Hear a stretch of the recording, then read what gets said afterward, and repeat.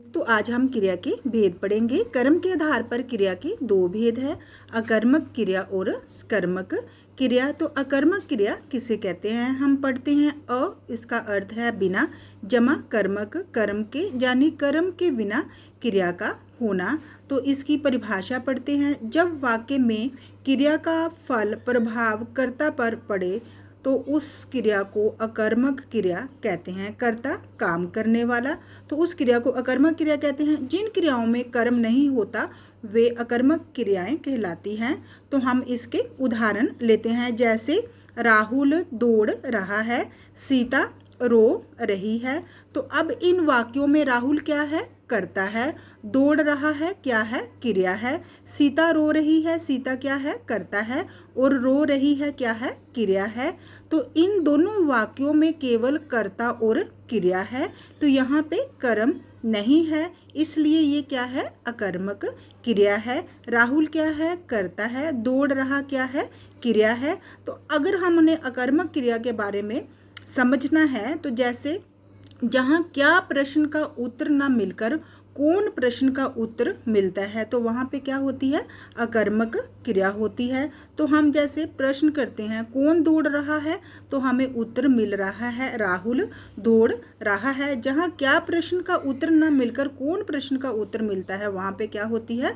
अकर्मक क्रिया होती है। राम खेलता है, निखिल रोता है। यहाँ पे राम क्या है? करता है। खेलता क्या है? क्रिया है। तो इसमें खेलता क्या है? अकर्मक क्रिया है। निखिल रोता है, निखिल क्या है? करता है। और रोता क्या है? क्रिया है। तो रोता कौन सी क्रिया है? क्योंकि निखिल कर्ता और क्रिया है, तो इसलिए रोता क्या है? अकर्मक क्रिया है। राधा रोती है, राधा रोती है। तो इस वाक्य में राधा क्या है? करता है, काम करने वाला। रोती क्या है? क्रिया है। तो यहाँ पे कर्म का अभाव है तथा रोती है क्रिया का फल किस पर पड़ रहा है? कर्ता अर्थात राधा पर पड़ता है।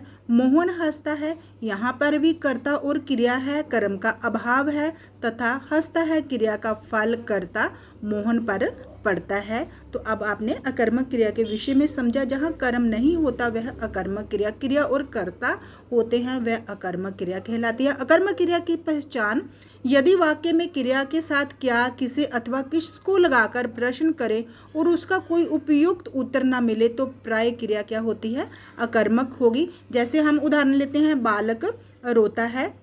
तो इस बालक, अगर हम प्रश्न करते हैं कि बालक क्या रोता है, बालक किसको रोता है, तो हमें कोई भी उत्तर नहीं मिल रहा है, इसलिए रोना क्रिया अकर्मक क्रिया है। लड़का चल रहा है, दूसरा उदाहरण लेते हैं, लड़का चल रहा है। तो हम फिर प्रश्न करते हैं कि लड़का क्या चल रहा है, किससे चल रहा है, इसका भी हमें कोई उपयुक्त नहीं उत्तर नहीं मिल रहा है, इसलिए चल रहा क्रिया अकर्मक है। इसी प्रकार सोना, दौड़ना, हंसना, बैठना आदि क्रियाएं अकर्मक है। रीता पढ़ती है। अब हम पढ़ती क्रिया के साथ अगर प्रश्न करते हैं कि रीता क्या पढ़ती है, तो हमें कोई उपयुक्त उत्तर नहीं मिल रहा है, क्योंकि पढ़ती रीता करता है, तो क्योंकि पढ़ती क्रिया का कोई कर्म नहीं है, इसलिए पढ़ती क्या है? अकर्मक क्रिया है। तो हम आप क्रिया का दूसरा प्रकार सकर्मक क्रिया पढ़ते हैं। स साथ में, जमा कर्मक कर्म के यानी कर्म के साथ क्रिया का होना। सकर्मक शब्द स जमा कर्मक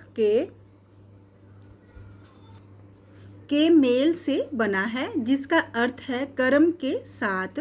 जिन क्रियाओं के साथ कर्म लगा हो और क्रिया का फल कर्ता पर न पड़कर कर्म पर पड़े उन्हें सकर्मक क्रिया कहते हैं। तो हम इसकी भी परिभाषा लेते हैं। जिस क्रिया में कर्म होता है वह सकर्मक क्रिया कहलाती है। तो हम इसकी उदाहरण पढ़ते हैं, जैसे दीपिका गाना गा रही है, विजय पतंग उड़ा रहा है।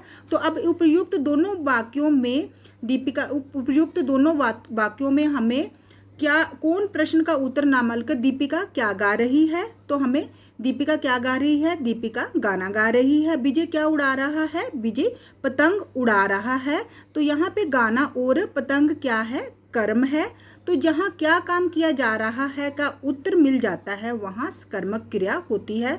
कि दीपिका क्या गा रही है? गाना गा रही है, हमें उत्तर मिल गया। गाना क्या है? कर्म है। दीपिका कर्ता, गा रही क्या है? क्रिया है। काम करने वाले को कर्ता कहते हैं। तो यहाँ पे कर्ता कौन है? दीपिका, क्योंकि दीपिका क्या काम कर रही है? गाना गा रही है। और कर्ता जो काम करता है उसे कर्म कहते हैं। तो दीपिका कौन सा कार्य कर रही है? गाना गा रही है।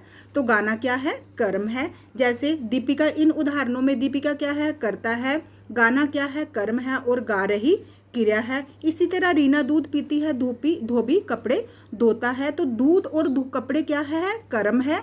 तो पीती है और धोता है कर्म के आधार पर क्या है? सकर्मक क्रियाएं हैं, क्योंकि दूध, रीना क्या पीती है? दूध पीती है।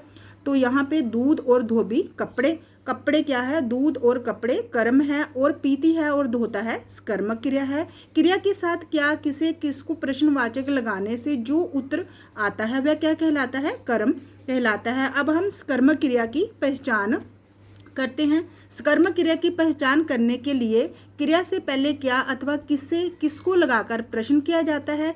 इससे जो उत्तर प्राप्त होता है वह क्या होता है? कर्म होता है, तथा वाक्य में प्रयुक्त क्रिया सकर्मक होती है। जैसे कर्ता ने कर्म को। तो अब हम उदाहरण लेते हैं। राम फल खाता है।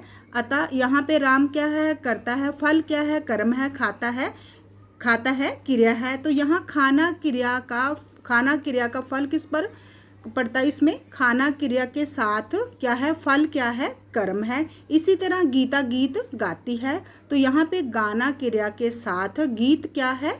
कर्म है। रीता पुस्तक पढ़ती है। तो हम एक और उदाहरण लेते हैं। जब पढ़ती क्रिया के साथ हम प्रश्न करते हैं कि रीता क्या पढ़ती है, तो हमें उत्तर मिलता है पुस्तक। तो पुस्तक क्या है? कर्म है। तो इस वाक्य में पुस्तक कर्म है, इसलिए पढ़ती क्रिया क्या है? सकर्मक क्रिया है।